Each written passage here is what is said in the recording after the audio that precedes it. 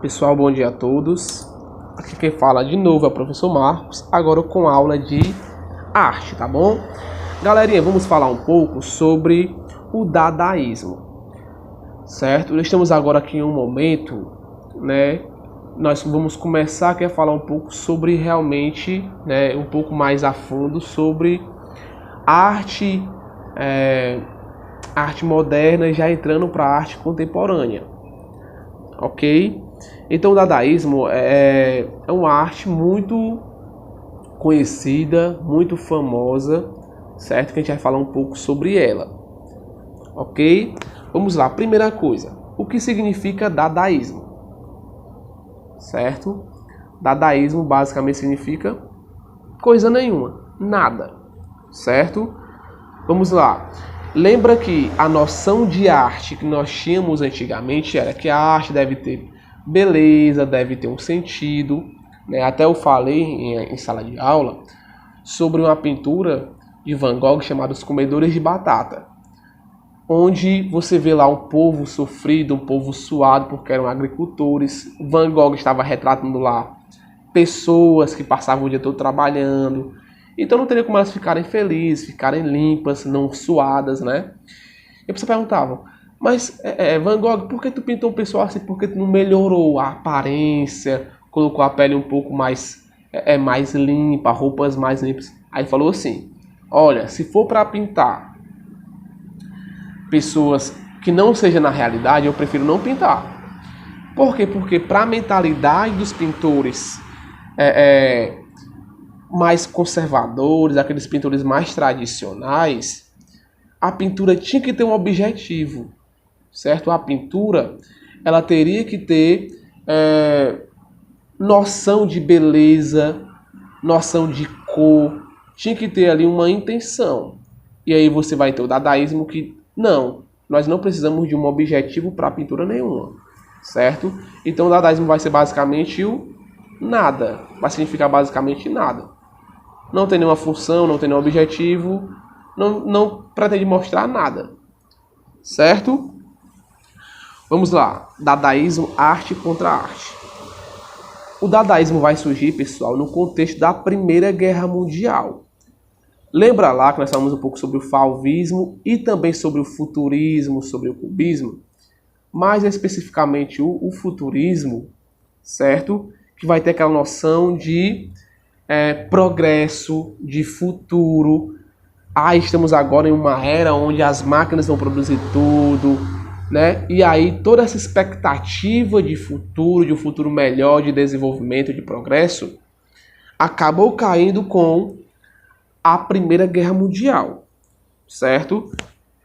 Então, quando houve a eclosão, toda essa noção de progresso, de futuro, acabou com a Primeira Guerra Mundial, certo? E justo porque que é arte contra arte, porque o dadaísmo ele vai contrariar essas ideias do futurismo. E não só do futurismo, mas de outros tipos de arte, outros movimentos artísticos, certo? Como o fauvismo. Vamos lá. Então, dadaísmo foi né,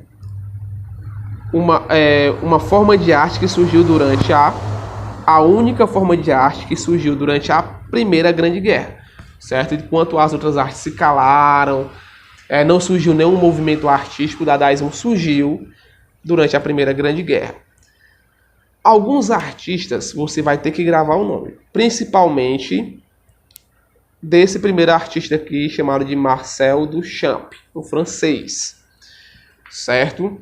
Ele vai criar uma espécie de arte que nós chamamos de ready-mades. Muito importante, vamos lá. Em 1918, né, aqui já na Primeira Guerra Mundial, vai surgir o Manifesto Dada, né? Diferente das outras artes, tinha uma visão pessimista de tudo e que não tinha esperança em absolutamente nada, certo? A arte dadaísta era nihilista. Pessoal, o nihilismo era uma corrente filosófica, uma corrente de pensamento que falava que nada fazia sentido na Terra. Por que eu surgi no mundo? Por nada, certo? Então nada fazia sentido para ninguém.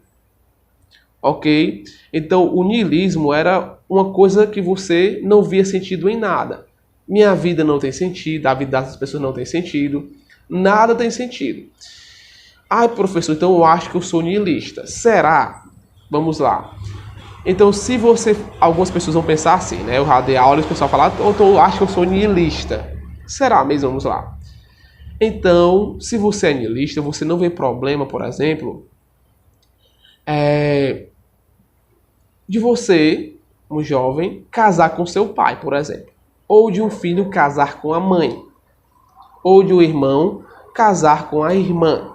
Se você não vê problema nisso, possivelmente você pode ter ideias nihilistas. Mas se você acha um horror, se você acha um absurdo o pai casar com a filha, ou o irmão casar com a irmã, certo? Né? Então você talvez não seja niilista. Tá bom? Porque o niilismo não vê ordem em nada, não vê regra em nada. Tá bom? Então o dadaísmo era basicamente isso. Talvez tinha essas ideias de nada faz sentido. Eu vou querer pintar, vou querer esculpir algo que não tem sentido para nada. A arte não precisa ter um objetivo em si. Não precisa mostrar beleza. Lembra que eu falei o quê? Que o importante algumas vezes era a expressão. Tá bom? Vamos lá. Marcel Duchamp. Grave esse nome.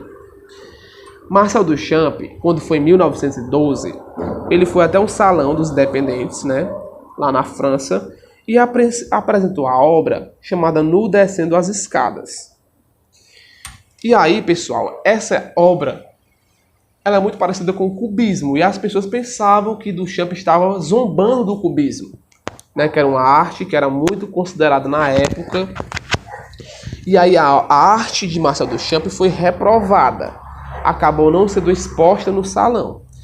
Um ano depois, ele faz uma outra obra. Aí sim ele estava criticando, certo? Que era uma obra chamada Roda de Bicicleta. Com essa obra tida como revolucionária. Por quê? Porque a gente vai mostrar já a imagem, pessoal, não tem sentido. A imagem em si não tem nenhum sentido. Fazendo uma crítica às obras de arte tradicionais. Duchamp criou os famosos ready-mades. A gente vai ver o que é ready-made. O que são ready-mades, professor? Objetos do cotidiano fabricados de maneira industrial e em larga escala que o artista passou a utilizar como obras de arte. Vamos lá, é quando eu pego objetos do dia a dia e transformo esses objetos em obras de arte, certo? E aí você vai ver, essa primeira imagem é o Nu Descendo as Escadas que foi reprovada, certo? E aqui você vai ter, pessoal, ó, o que eu falei que é a roda de bicicleta. Você vai ter um banco, Duchamp pegou um banco e pegou um aro de bicicleta. Qual o sentido da figura? O sentido da obra? Nenhuma. Apenas pegou objetos do cotidiano e fez uma escultura como obra de arte. O segundo você vai ver aí que é chamado A Fonte. O cara pegou um mictório e expôs. Qual o sentido do mictório, professor? Nenhuma. Certo? Então, Duchamp vai ser um revolucionário porque ele vai dar um novo sentido à arte, à obra de arte. Ok?